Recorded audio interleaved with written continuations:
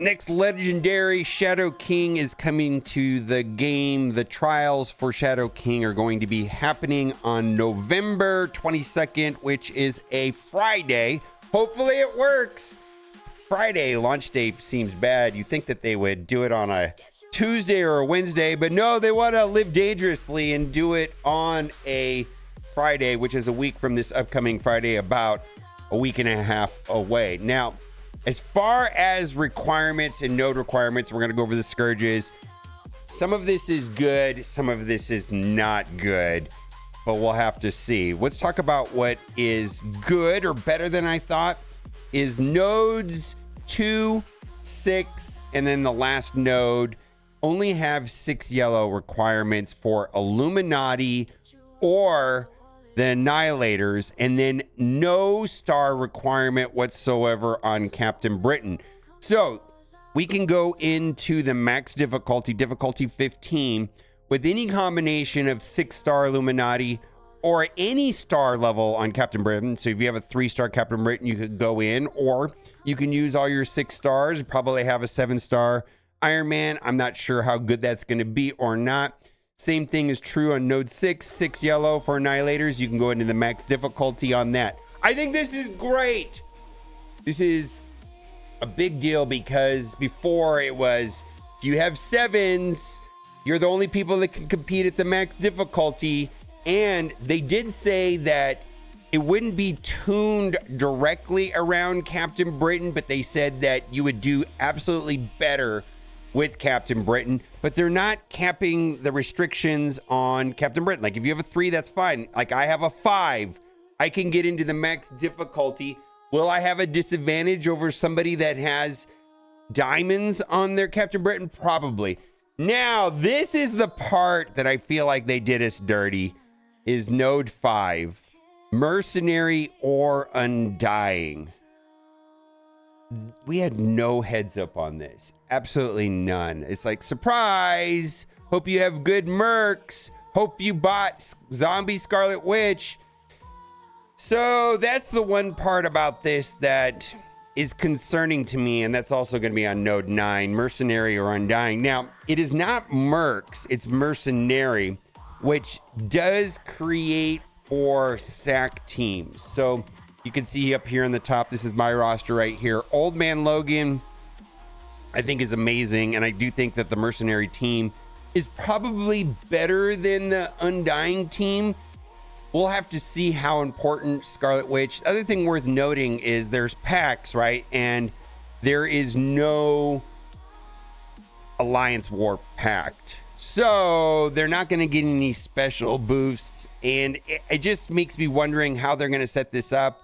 Are they really going to like strangle Old Man Logan? And, you know, because there's an arena pact. What if they put gore on these nodes? And then if you turn the arena pact on, is that going to stifle Old Man Logan? Because he's mostly geared around assists, right? But we do have some teams that we could sack with.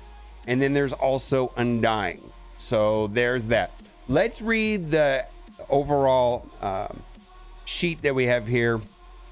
Interdimensional nightmare turns into Strike Commander's dream with the upcoming arrival of Shadow King Trials. Here is your first chance to unlock and power up the legendary Astral Controller, who is a must-have for Astral's Battle World and Alliance War efforts. So the entire Astral team has awakened abilities that allow the Battle World bonuses that they come with to also work in Alliance Wars. And I just wanted to show this right here. This is how long it's going to take to get Null unlocked based on what difficulty your alliance is running. So anywhere from February of next year all the way to December of next year, you know, depending on where your alliance is able to do on a weekly basis. There's 6 total difficulties. So that is why Shadow King is important, because it's a battle world and there's a node that calls out Astral and or Pegasus, and Pegasus is not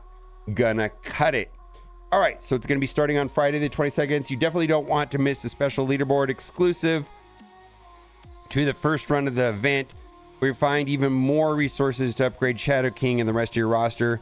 Here's how to recruit this Sovereign of the Shade upgrade tokens. So Shadow King's trials feature his upgrade tokens, which instantly unlock him at a specific star level.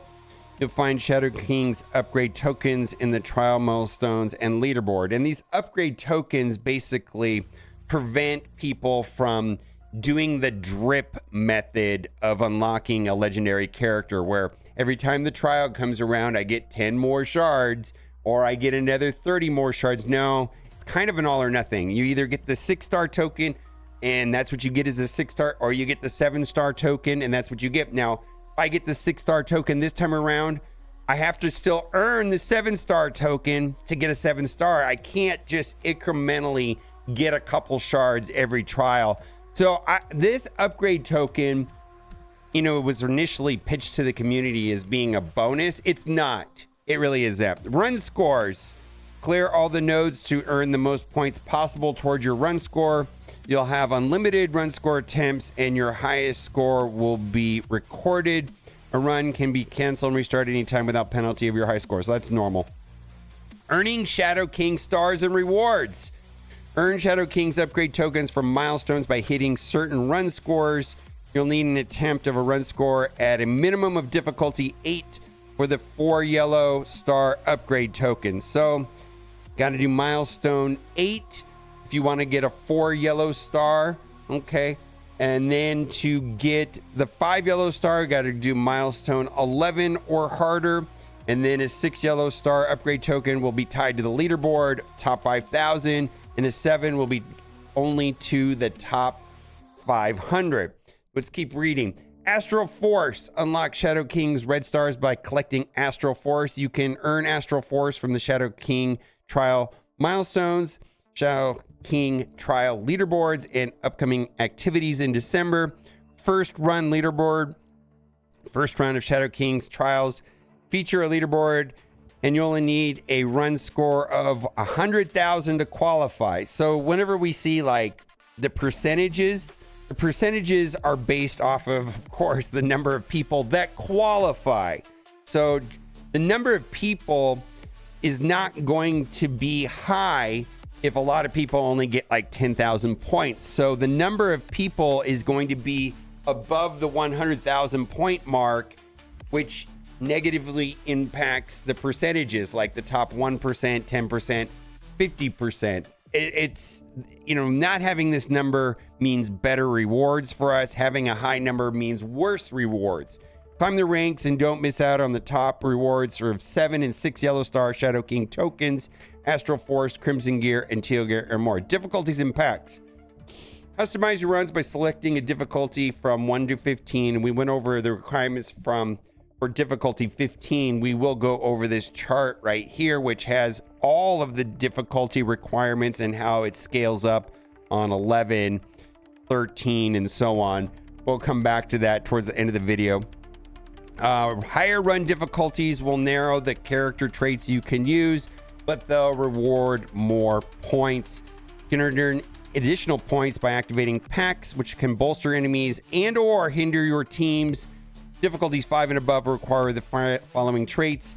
Mission 2 is Illuminati. Mission 6 is Annihilators. Mission 10, your choice of Mission 2 and Mission 6. I just like how they conveniently omit what's on 5 and 9. I think this is just kind of shady, right? 5 is going to be Mercenary or Undying.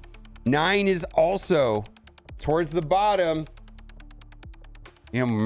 Mercenary or Undying, right? A Mercenary or Undying on 5 and 9. And there's just no acknowledgement of this in the post. Like it's no, it's a big deal. It's a big deal. I feel like this is something that we should have been notified of weeks ago or months ago even. Difficulties in 11 and above will require the above teams at higher star levels. However, Captain Britain will have no star requirement, which is a plus. So if you have a 3 red Captain Britain, you can bring him along. We do recommend bringing him at the star level required of the other characters, but the choice is yours, commanders. Here are the requirements for non-Captain Britain characters. And I prefer it to be this way, where you're just prohibited from playing because you don't have the requirements.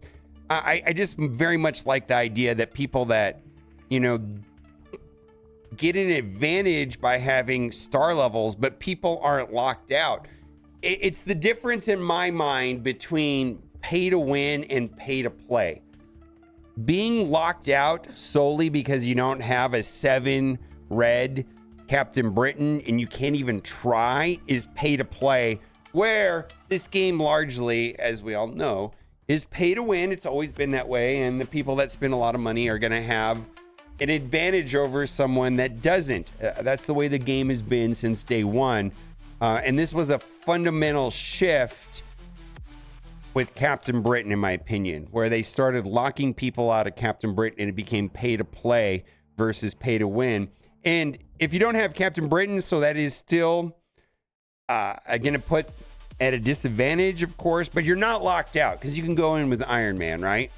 So, I mean, of course, you know, if you spend money, it's going to be easier, but at least the way that these set up, from way I can see now, initially from just going over this, people are not going to be locked out.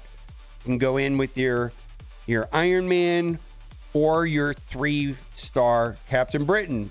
Probably not going to do as well, but that's kind of the way the Scourges have always been. Here are the list of the packs for the Shadow King Trials. Serum, 20% max health. These are usually the ones that are left off because they don't give a lot of points and they make it a lot harder.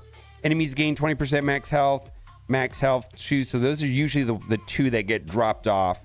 Forged in Fire. All Crucible abilities are active during this run. So that goes for both sides, both the opponent and yourself.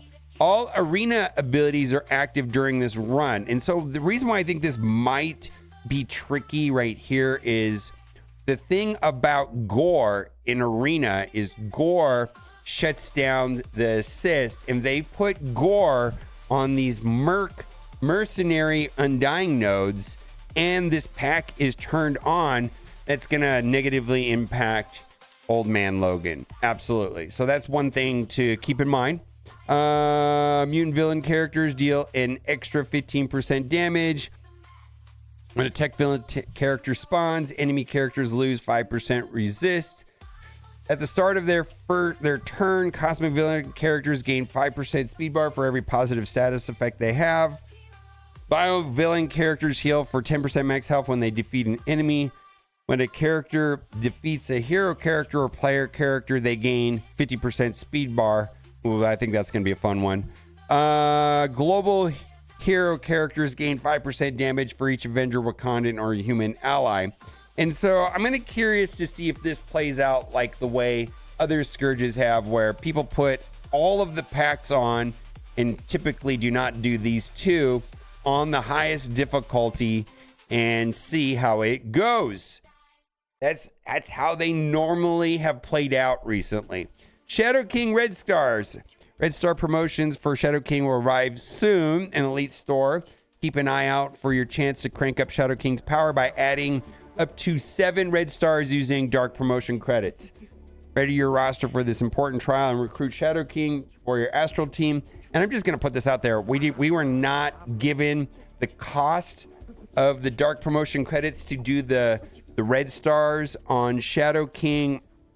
I know that there are a lot of people that have been stockpiling these, and I'm fully expecting the cost to be extremely high. That's my expectation. We will have to see. They do give the standard disclosure right here that information is subject to change. We'll see how much of it changes. I want to go over the sheet right here.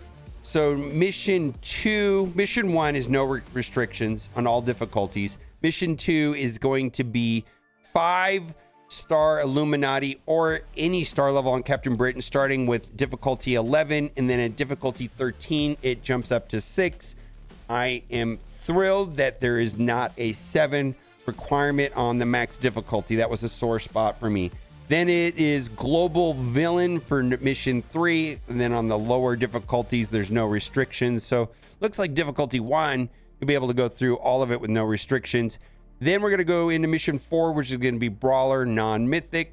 Could be interesting. We'll have to take a look at that. Mission 5, which I think is where they did us a little bit dirty. No star requirements, but mercenary or undying We'll have to see if Scarlet Witch presents a big upside to playing this. I think also some people may not have Old Man Logan. Maybe they should have ran the trial recently just for this. Give people an opportunity to get Old Man Logan. I'm sure Old Man Logan's going to be this superstar on nodes 5 and 6. No star levels. Mission 6 is going to be Annihilators. Starting in 11, it's 5. And then again in 13 up, it's going to be 6. Again, happy that difficulty 15 is not 7. Global Villain all the way down 1 through 15. And then the same thing, Brawler non-mythic in 8. 9 is going to be the one that I'm concerned about. We'll have to see how this plays out. Merc and Undying. And then the last node will be Illuminati Annihilators or Captain Britain. And at difficulty 11, it will be at 5. And then at difficulty 13, it'll be at 6 for Illuminati or Annihilators. Again, Captain Britain will have no star cap on him whatsoever. You can take him in at 3 stars. So what do you think about all this? We're about 10 days out. We'll have to see how punishing nodes 5 and 9 are going to be.